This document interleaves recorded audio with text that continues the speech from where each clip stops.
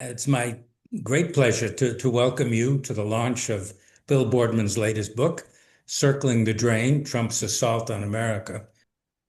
Circling the Drain is available from bookstores everywhere and from Amazon and other online booksellers.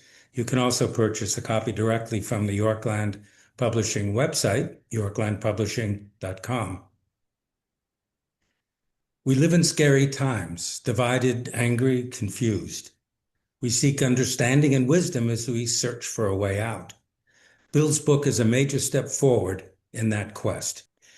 Bill Boardman, a veteran reporter, grew up in Manhattan, graduated from Yale, wrote for television, and moved to Vermont in 1971. He worked as a reporter and editor, then served as an elected non-lawyer judge for 20 years. For 10 years, he wrote articles warning of American decline for reader-supported news, the best of which were collected in his 2019 book, Exceptional, American Exceptionalism Takes Its Toll. So, Bill, I now turn the floor over to you. Thank you, Ed. And good evening, everyone. And thank you for being here in person or online. And thank you for this opportunity to introduce my book, Circling the Drain, Trump's Assault on America. On Election Day in 2024, when Trump won by a whisker, I was sick in bed with COVID. I recovered from that, but I'm not sure I feel any better. I had hoped for the best. We survived Trump's first term, didn't we? But Trump's second term started with more organization, discipline, and malice. He and his minions deliberately flooded the zone. They seemed to be attacking everywhere and everyone at once. How was one to make sense of that? I had discussions with Ed Schiller, and that's what led to this book, Circling the Drain, an effort to document the torrent, to assess whether we were really about to go down the drain as a semi-functioning democratic republic. I've tried to look at what is happening with as clear and honest an eye as possible. As I wrote in the introduction, quote, "We're well into 2025 with Trump's MAGA brigades flooding the landscape. This is not a flash flood. It is a deliberate deluge. The water is still rising. America, as we once knew it, may be circling the drain. This is a uniquely challenging moment in American history. How long will it or can it last?" Also in the introduction, I assessed MAGA this way. MAGA, Make America Great Again. It's a brand for a new alternative America. But it's only a brand. Trump literally trademarked MAGA in 2012. He has been promoting it ever since. Shortly before the 2024 election, he told a crowd at Madison Square Garden with characteristic grandiosity, quote, "We've created the greatest movement in the history, probably of mankind, but certainly within the United States. MAGA, Make America Great Again. There's never been anything like it. It's the greatest political movement in the history of our country." Unquote. MAGA, Make America Great Again. It's little more than a slogan.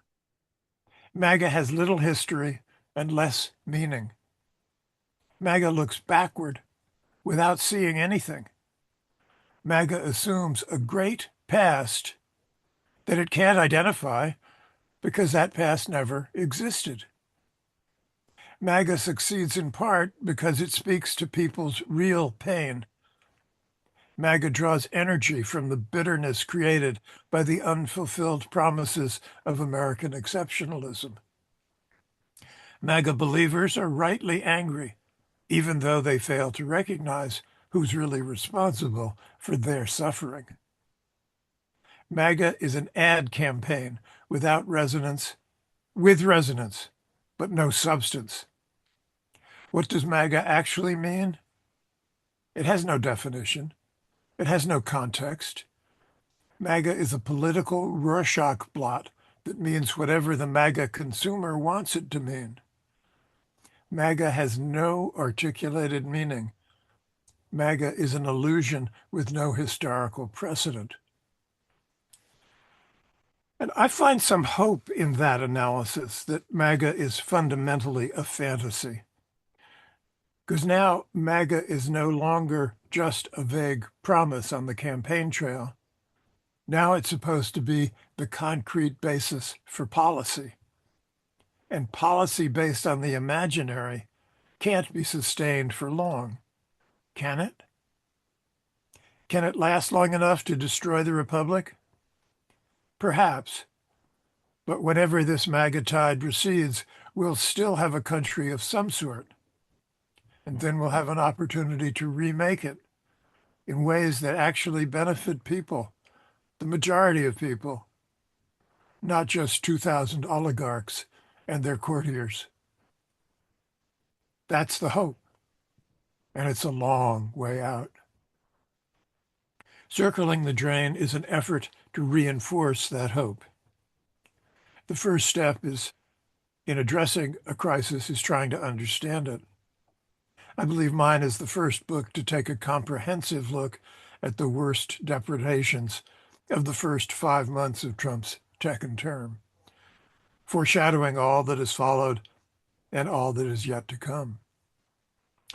Dissecting Trump's words and actions to lay bare his deluge of lies, criminality, cruelty, and authoritarianism, perhaps it can help head off the incipient American police state. Circling the Drain exposes Trump's demagoguery with a scathing analysis of his first Oval Office meeting with President Zelensky, where the appalling treatment of the Ukrainian leader demonstrates the rudderlessness and diplomatic incompetence of the American president. The book parses Trump's virtual State of the Union speech, where he blatantly lies about his imaginary election mandate, about the imaginary immigration emergency, about the imaginary Doge savings, and under other fantasies of his new golden age of America. And the book shines a revealing light on Trump's speech in the Great Hall of Justice, where he shamelessly lies about following the rule of law, even as his administration detains and deports innocent immigrants with no due process of law. Circling the Drain also explains why the Democrats and Kamala Harris lost in 2024. It examines in detail Trump's assault on Harvard University and other attacks on free speech. It recounts the quasi-military invasion of Los Angeles, especially the unlawfulness and cruelty of ICE. The book probes Trump's defiance of court orders, the arrest of a sitting judge, the dismantling of an already inadequate healthcare system, and Trump's senseless disruption of the world economic system with capricious tariffs on and off and on and off, on. In recent weeks, some tensions have begun to show in MAGA circles. Not enough to shatter the illusion yet, but offering hopeful signs for the rest of us. No Kings produced a nationwide protest of millions. Jimmy Kimmel survived a political cancellation. Marjorie Taylor Greene called Trump out on healthcare costs. Congress is on the verge of voting to release the Epstein files. The government shutdown is backfiring on Republicans. The threat to SNAP, to food stamps, is a bipartisan plan for pain because even MAGA needs to eat. There are also things to worry about. Trump wants to resume testing nuclear weapons. Think about that for a moment. Trump keeps killing innocent fishermen off the coast of Venezuela, a series of war crimes. Trump has called for covert CIA action against Venezuela. Trump tore down the East Wing of the White House with total lawlessness, starting by illegally firing the Committee for White House Preservation. There has been no check on any of this and little enough pushback. At this very moment, elections in the United States are coming to an end. Votes are being counted, and their results will give us some idea of what the near future may hold. If New York elects a Democratic mayor, if New Jersey elects a Democratic governor, if Virginia elects a Democratic governor and attorney general, if California passes its redistricting plan, if Democrats win more than 3 of 6 congressional elections, if Wisconsin and Pennsylvania elect Democratic Supreme Court justices, and if Democrats perform well in multiple down-ballot elections. That's a lot of ifs. And even if Democrats exceed expectations, it won't be enough to change the balance of power as it exists right now. The presidency remains firmly under Trump's control, barring some remarkable unforeseen development between now and 2029. The Senate and the House will remain largely subservient to Trump at least until the elections of 2026, and they won't have any impact until January 2027. And that's assuming that the elections take place at all, or assuming that voter suppression and gerrymandering haven't already determined their outcome, and assuming that federal officers at the polls won't determine the outcome. Back in March, Trump issued a 9-page illegal executive order misleadingly titled Preserving and Protecting the Integrity of American Elections. Its goal was to impose a federal rule to make it more difficult to register to vote. The League of Women Voters and others promptly sued in federal court. On October 31st, federal judge Colleen Collar-Cotelli issued a final order barring Trump from enforcing this means of voter suppression. The judge ruled in part, our Constitution entrusts Congress and the states, not the president, with the authority to regulate federal elections. There is no statute that allows the president to usurp that authority. The White House indicated it would appeal. So there will be no early end to the decades-long Republican attack on voting rights, and there will be no early end to the weak-kneed Democratic defense of voting rights. The third branch of the U.S. government, the judiciary, has provided the most effective, consistent resistance to Trump's assaults, issuing restraining orders in more than 100 cases. They're almost all still being litigated. Appeals courts have been less reliable, and the Supreme Court has enabled Trump far more often than it has held him in check.